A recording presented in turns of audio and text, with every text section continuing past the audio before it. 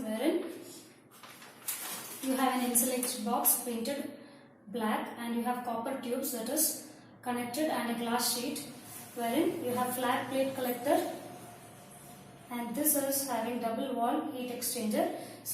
When the solar energy is transferred from this flat plate collector, it gets transferred to the coil, and the coil gets heated, and inside the cold water supply which is stored in the tank, it gets heated up, and thus the hot water can be used to the household purpose. Next we will see that solar cell. So here solar cell is used to convert solar energy into electrical energy, and a single cell solar cell cannot be used for making the electrical energy. It is a semiconductor material used like germanium, and you can see that many solar cells are connected to make a particular panel. So like this, lot of cells are there, and togetherly when they are connected together, many solar cells are connected together, they will get a required voltage, and then solar energy is converted. When the solar energy gets trapped into such cell, it gets converted into electrical energy, and thus it can be used for various other task purpose. So we have already seen that solar water heater consists of, again we will revise it or repeat it. It consists of a tank, and inside it there is a coil. Outside the coil there is a double wall heat exchanger. Once excess heat should be sent out, and particular heat should be maintained here. And this is connected, the tank is connected to a flat plate collector wherein the solar radiations gets trapped here, and it is stored in this particular, it goes inside and stores into double wall heat exchanger, and the coil gets heated up, and the water automatically gets heated by the solar energy, and this becomes a hot water. The cold water turns into hot water, and it can be used for the household purposes. Solar cell, where we can see that solar energy is converted into electrical energy, and the solar cell is made up of semiconductor, that is especially germanium, and many solar cells needs to be connected to get a particular voltage. And once a particular voltage has been got, you can see that solar energy gets converted into electrical energy, and it can be used in various other purposes. So let us see what are the advantages of solar cell.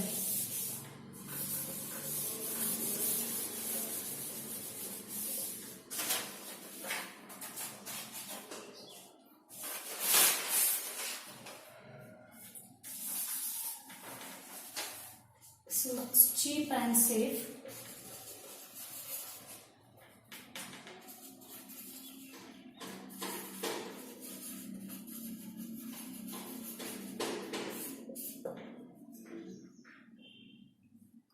Low maintenance cost.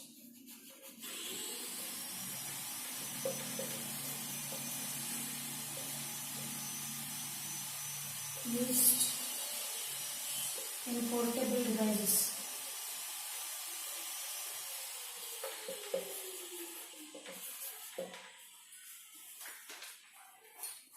So what do you mean portable devices? They are easy to carry devices, means it can be carried in a particular bag or anywhere where we are going, like the solar chargers, etc. So you can see that the advantages are they are cheap and safe and low maintenance cost, and they are used as portable devices. So what is the disadvantage? You can see that for every solar material or solar devices, there is one major drawback, that is it requires solar energy that is trapped, otherwise it will not work.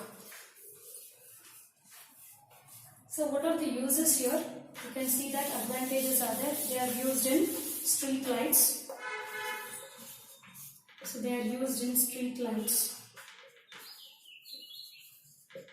used in calculators,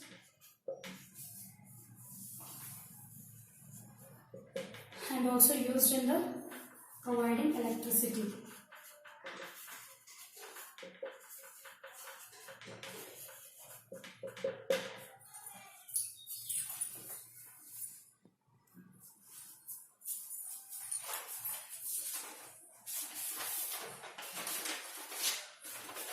So let us see now next, energy from the sea. So how we can get energy from the sea or tidal energy?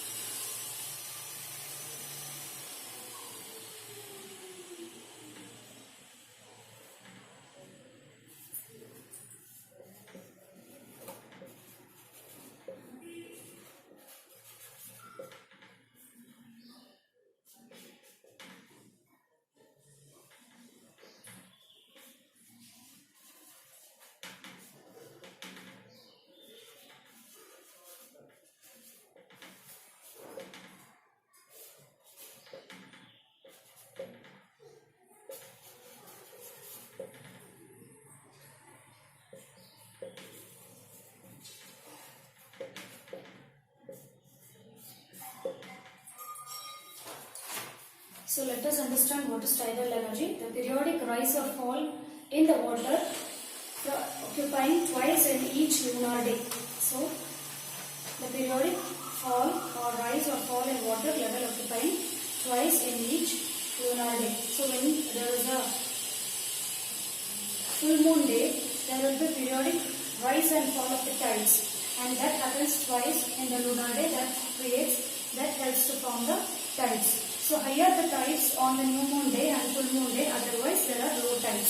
So these tides are formed due to gravitational force of moon and sun on ocean water. So they are formed by the gravitational force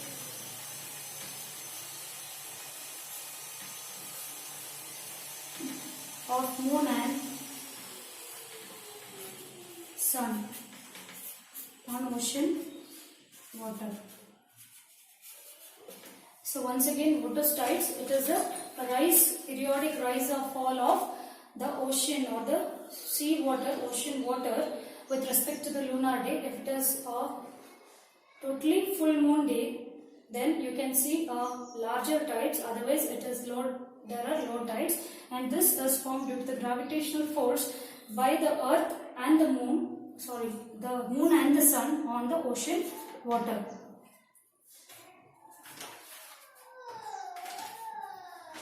So the energy of the tides needs to be harnessed, so a dam is constructed and ocean water is trapped by the barrage. So you can see that it is allowed to fall down on water turbine.